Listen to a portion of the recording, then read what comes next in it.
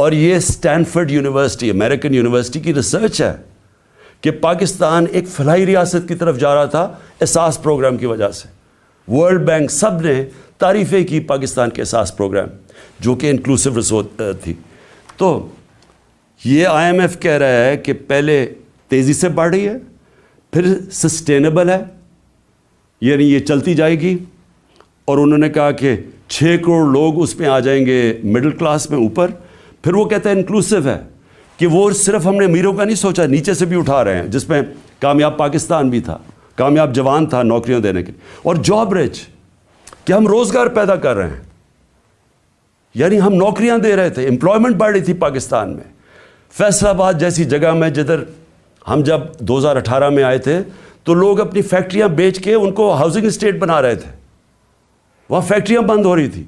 ہمارے دور میں 2022 کے اندر ٹیکسٹائل سیکٹر کہہ رہا تھا کہ ہمارے پاس مزدور کم پڑ گئے, ہمیں باہر سے مزدور لانے پڑتے. اور آج جا کے ذرا فیصل آباد میں پوچھیں کہ حالات کیا بے روزگاری کے. تو میں اب اس کے بعد صرف 2-3 اور چیزیں کہنا چاہتا ہوں, اور میں یہ اس لیے کہنا چاہتا ہوں کہ یہ ملک کو بچا رہے تھے. جنرل باجوہ عمران خان کو ملک سے بچا رہے تھے, تباہی سے بچا رہے تھے. تو یہ ذرا تباہی کا ذرا میں صرف قوم کے سامنے رکھنا چاہتا ہوں کہ 10 مہینے کے اندر کیا ہوا ہے پاکستان میں. جو اس ملک کے اندر مہنگائی ہوئی ہے, انفلیشن ہوئی ہے. اگر آپ کے ایک نچلے طبقے کے خاندان کے پاس اگر 30,000 روپے ان کی آمدنی تھی, اگر 30,000 آمدنی تھی پچھلے سال کی اپریل میں, آج اس کی خریدنے کی کیپیسٹی کہ وہ کتنی چیزیں خرید سکتا ہے, وہ رہ گئی ہے 20,000. اور لوگوں کی آمدنی سے 10,000, 30,000 میں 10,000 روپیہ غائب ہو گیا مہنگائی کی وجہ سے. اور وہ کیوں ہے, میں ذرا پھر سے لوگوں کو بتانا چاہتا ہوں کہ وہ ملک کو جو بچایا جا رہا تھا عمران خان سے, وہ ذرا دیکھیں کہ بچا کے کیا کیا ملک کے ساتھ. اور ابھی آئی ایم ایف کی جو اگریمنٹ ہوئی ہے, یہ مہنگائی ابھی آنی ہے مزید, جو روپیہ گرا ہے اس کی اور مہنگائی آنی ہے. لیکن ابھی تک جو مہنگائی ہے, میں صرف اپریل سے اب تک آپ کو بتا دوں. آٹا, بنیادی چیز جو ایک انسان استعمال کرتا ہے, عام آدمی, 1170 روپیہ تھا 20 kg آٹا ہمارے دور پہ. آج وہ چلا گیا 2400 پہ, دگنا ہو گیا. گھی 470 روپے, 470 روپے کا جو گھی پر kg تھا ہمارے دور پہ, آج 550 پہ چلا گیا kg. لیکن جو سننے والی چیز ہے وہ ہے, ہم امپورٹ کرتے ہیں پام آئل. پام آئل کی قیمت انٹرنیشنل منڈی کے اندر آدھی ہو گئی ہے. اس کا کوئی فائدہ پاکستانیوں کو نہیں ہوا, کیونکہ یہاں مزید تقریباً 100 روپے اور مہنگا ہو گیا kg پہ. چکن, مرغی جو ہم استعمال کرتے ہیں, 268 روپے kg تھا ہمارے زمانے میں, آج 415 پہ پہنچ گیا. جو چاول 104 kg ہمارے زمانے میں تھا, 172 kg پہ پہنچ گیا.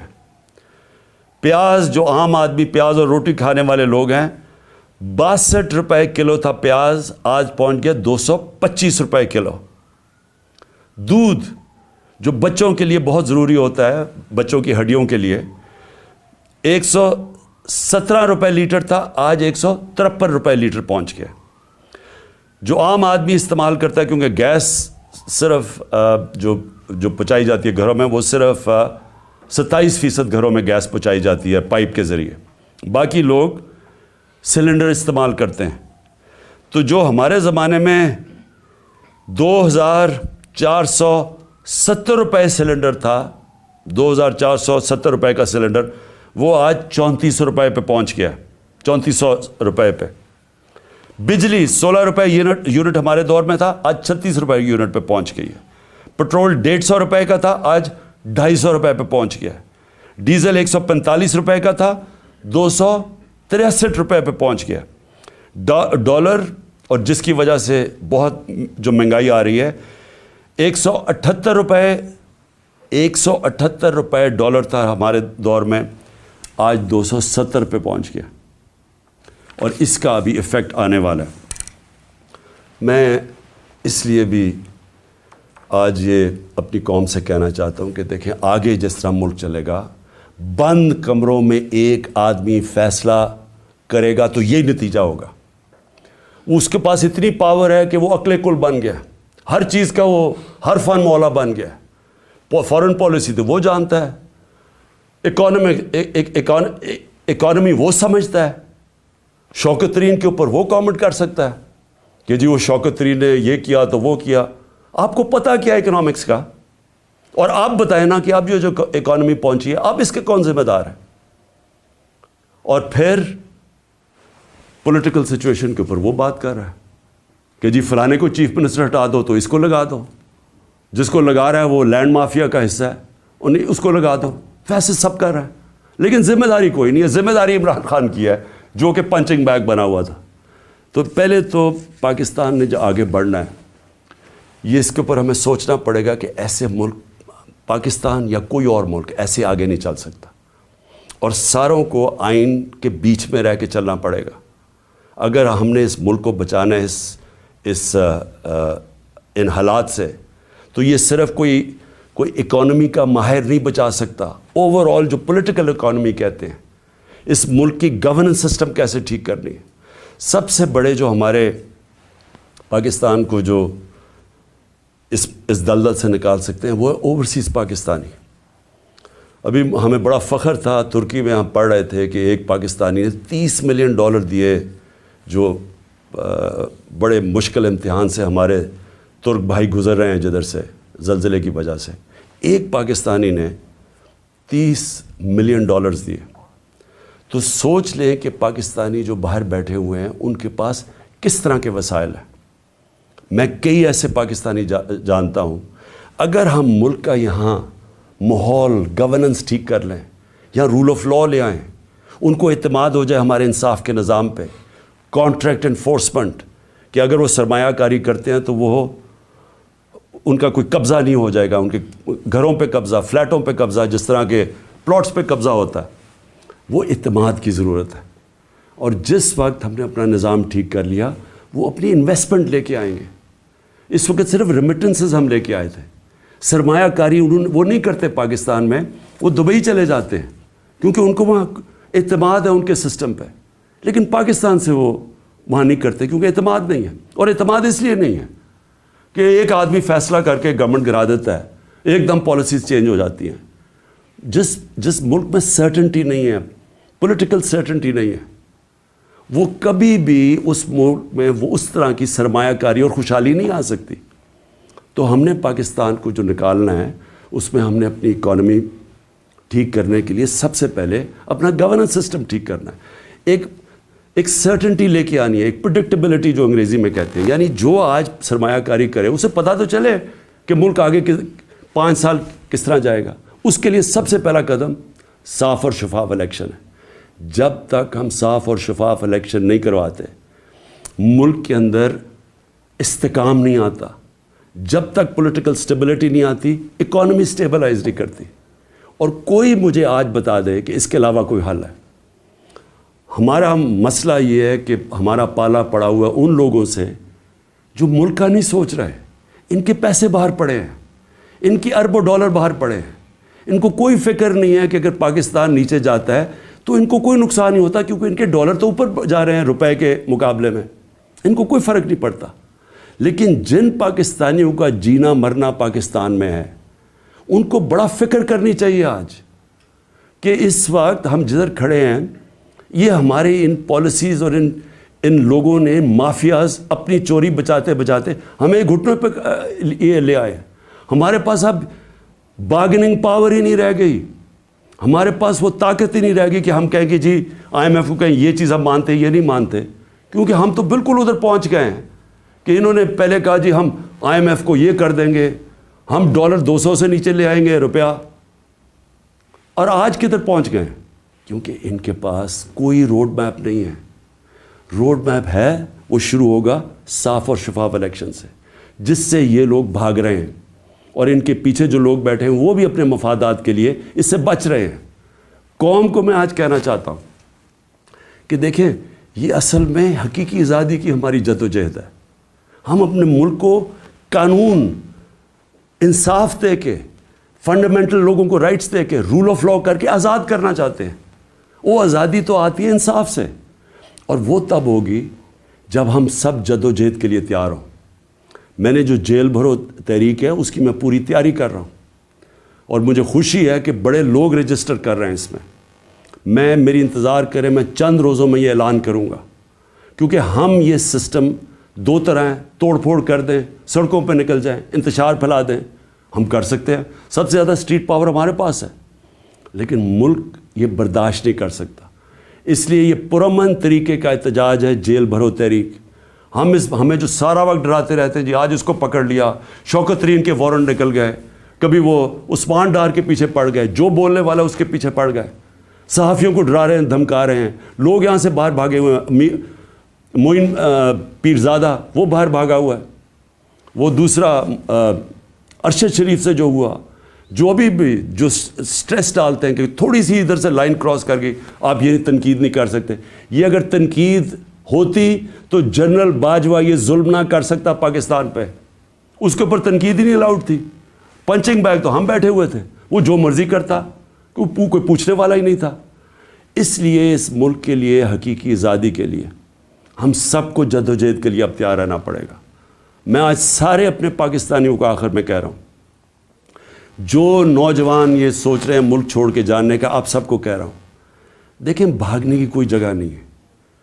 جو قومیں جب تک اپنی آزادی کے لیے نہیں لڑتی, جد و جہد نہیں کرتی, کوئی ان کو آزادی نہیں دیتا. زنجیریں گرتی نہیں ہیں, توڑنی پڑتی ہیں. ہم سب کو تیاری کرنی چاہیے, اور میں پھر سے اپنے ساری پارٹی کو, پاکستانیوں کو کہنا چاہتا ہوں, تیاری کریں جیل بھرو تحریک کی. انشاءاللہ میں چند دنوں میں اس کی اناؤنسمنٹ کروں گا. پاکستان زندہ باد.